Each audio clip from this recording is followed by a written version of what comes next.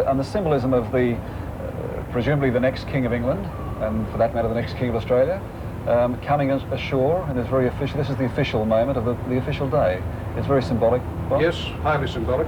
A symbolism which we may not see at the tercentenary, but nevertheless, I mean, the way it's conducted, I think, is not in a spirit of formal repossession. It's you know, this is a purely ornamental function and a perfectly agreeable one.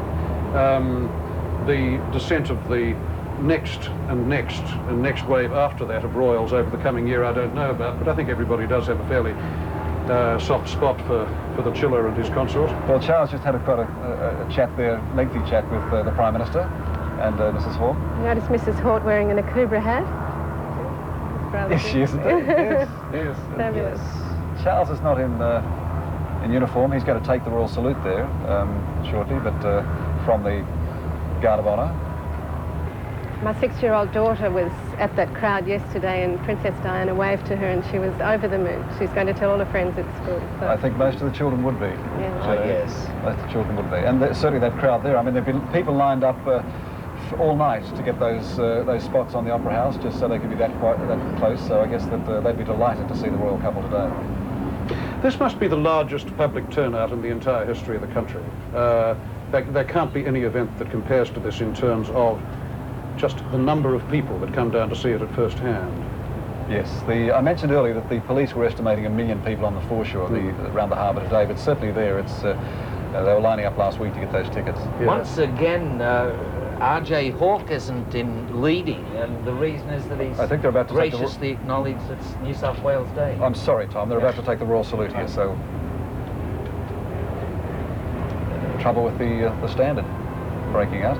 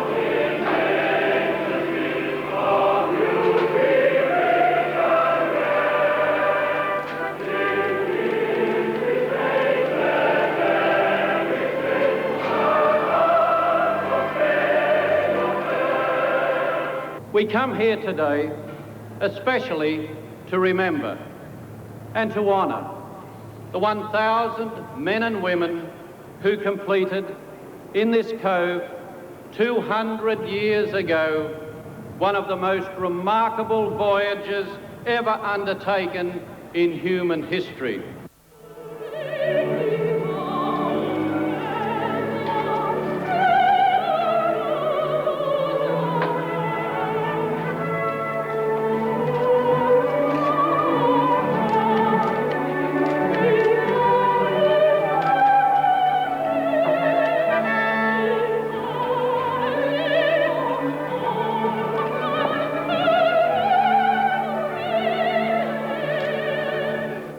And today, my fellow Australians, at this historic place and at this historic hour, let us all renew that commitment. Our commitment to Australia and to Australia's cause, the cause of freedom, fairness, justice and peace.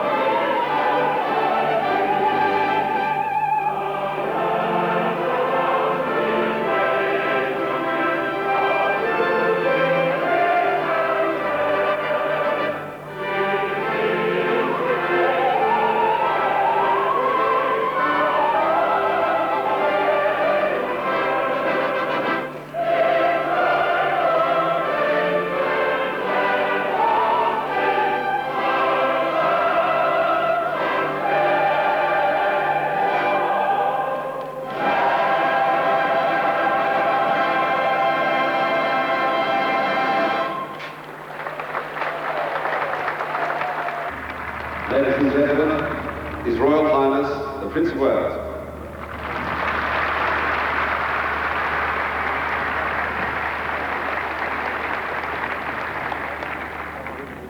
Your Excellencies, ladies and gentlemen, my wife and I are delighted to be able to return to Australia at this very special time to celebrate with you your nation's bicentennial.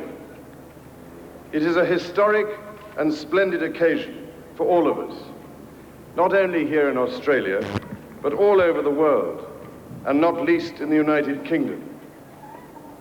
The modern nation of Australia began here 200 years ago today. They were harsh beginnings, and the people who were sent here against their will had little cause to rejoice. And all that was just yesterday. As history goes, 200 years is barely a heartbeat. Yet look around you and see what has happened in that time. A whole new free people.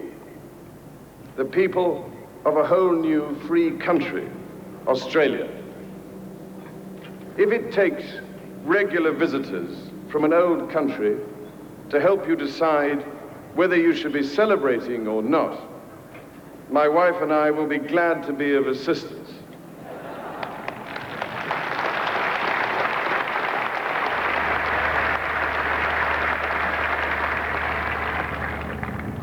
There is no point now in trying to gloss over the circumstances in which the country of which you are rightly proud began. Indeed, to face those facts is a necessary part of realizing just how proud you should be.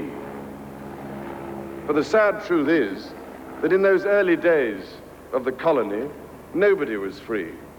The men who guarded the convicts were in prison along with them. They were all a long way from home, and they all, no doubt, thought that Australia was the worst place in the world.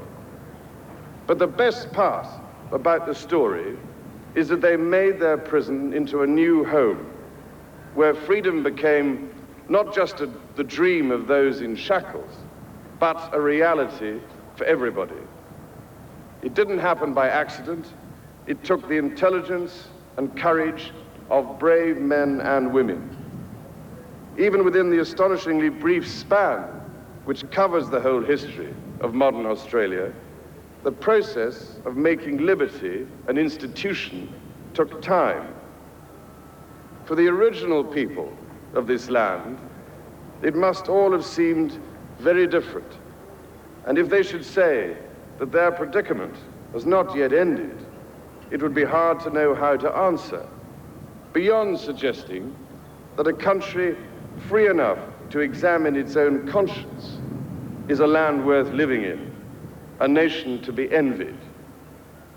Anyway, most people who live here now seem to think Australia is the best place in the world, and the rest of the world finds it difficult to argue.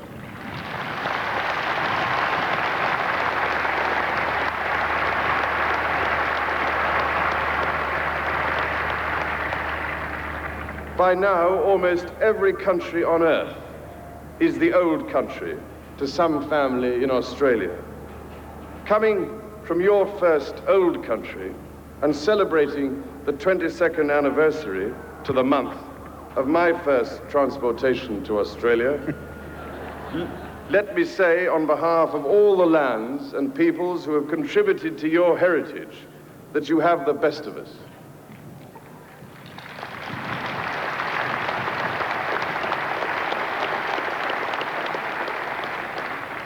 As it happened so long ago, many of you may not realize that part of my own education took place here in Australia. Quite frankly, it was by far the best part, and something which I shall always cherish. It gave me an insight into the character of this country and the individuals who have shaped it by the force of their personalities and by their infectious good humor. While I was here, I had the pommy bits bashed off me, like chips off an old block, and the results are only too obvious. I keep coming back for more, and it is always a special pleasure. But my wife and I are particularly glad to be here this year, on this great day, to help you, as if the Aussies needed help in anything, to celebrate your good fortune and to wish you well for a future that holds out such great promise.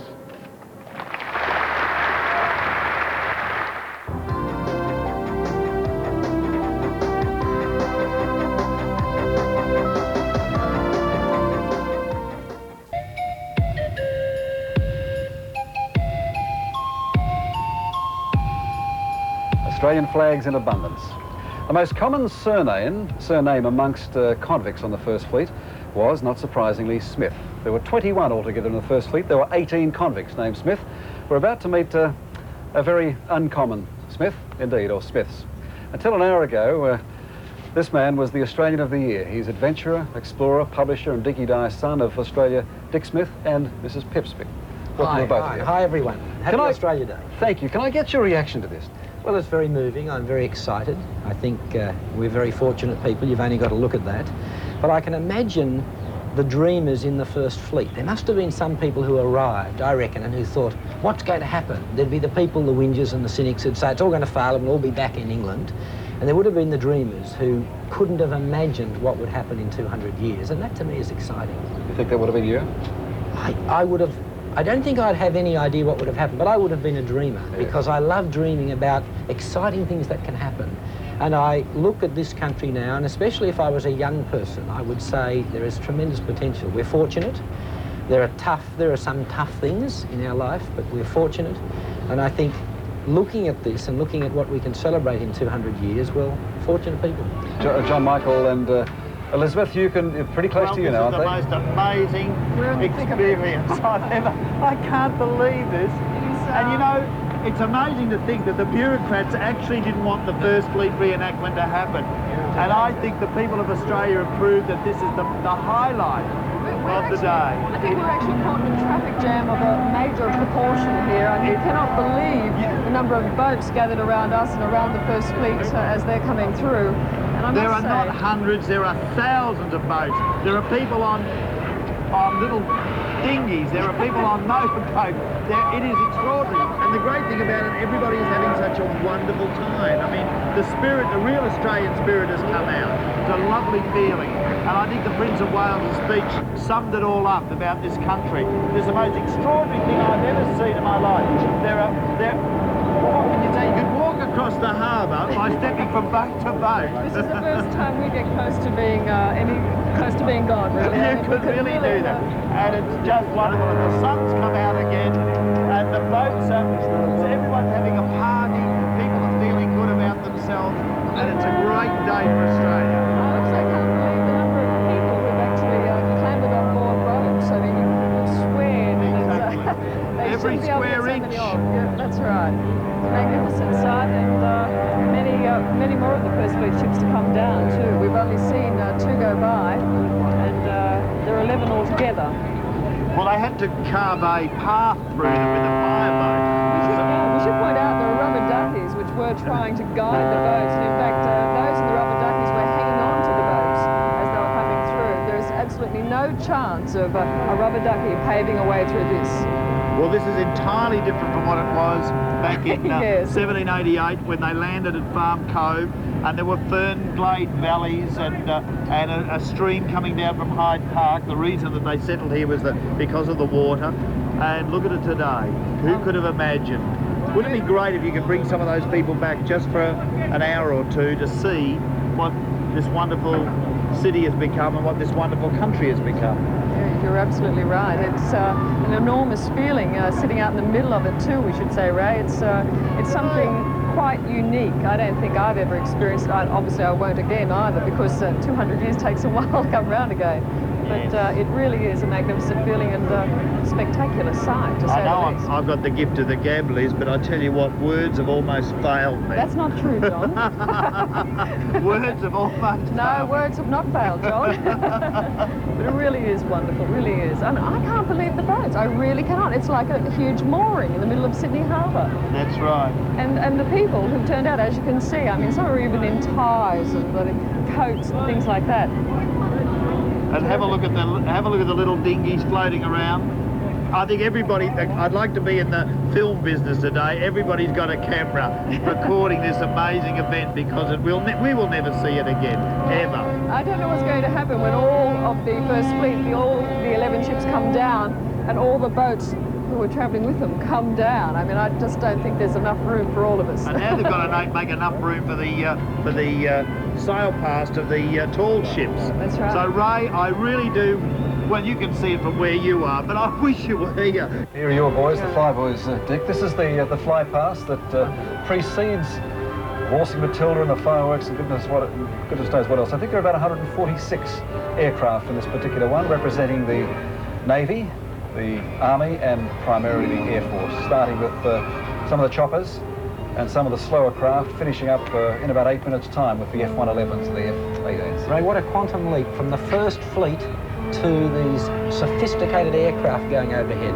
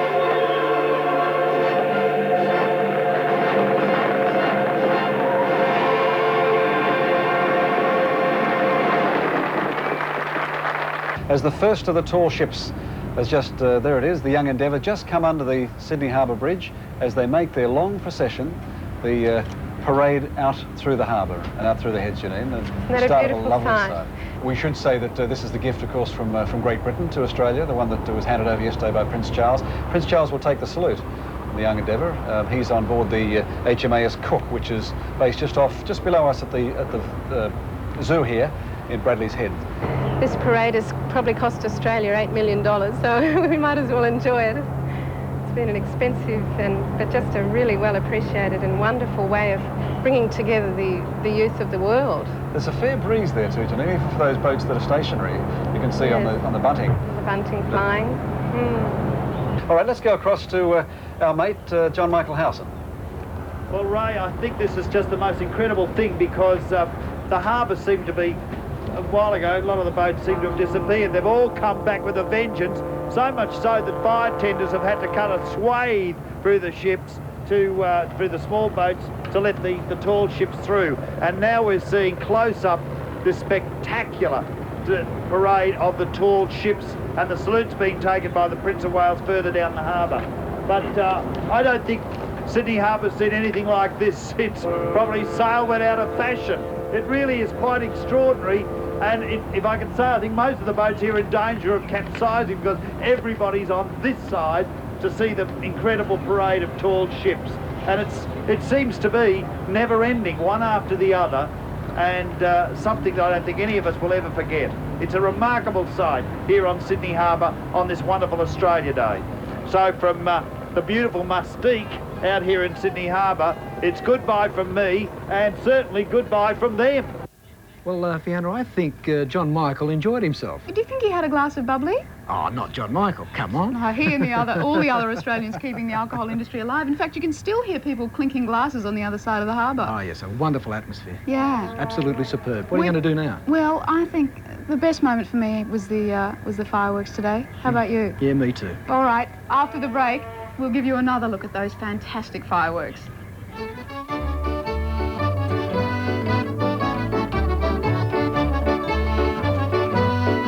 Been a good day celebrating Australia's 200th, so how about happy birthday? Yeah, happy birthday. Happy birthday, Australia. Good night.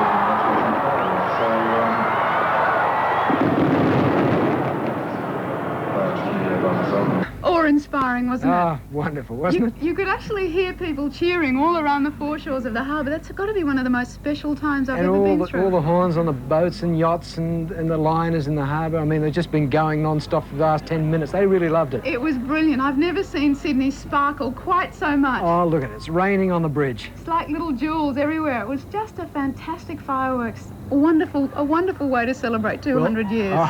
Sydney at any time is a wonderful thing to see at night, but this is really something that obviously is going to live with a lot of people for many, many years to come. Well, I'm very proud to have been here for our 200th, a very special day. It certainly was, Fiona, and I must say I've enjoyed working with you on this one. Yeah, happy birthday, Ken. Happy birthday, yes. And I haven't even had one this year. Good night. Hope you've enjoyed it. Happy birthday, Australia.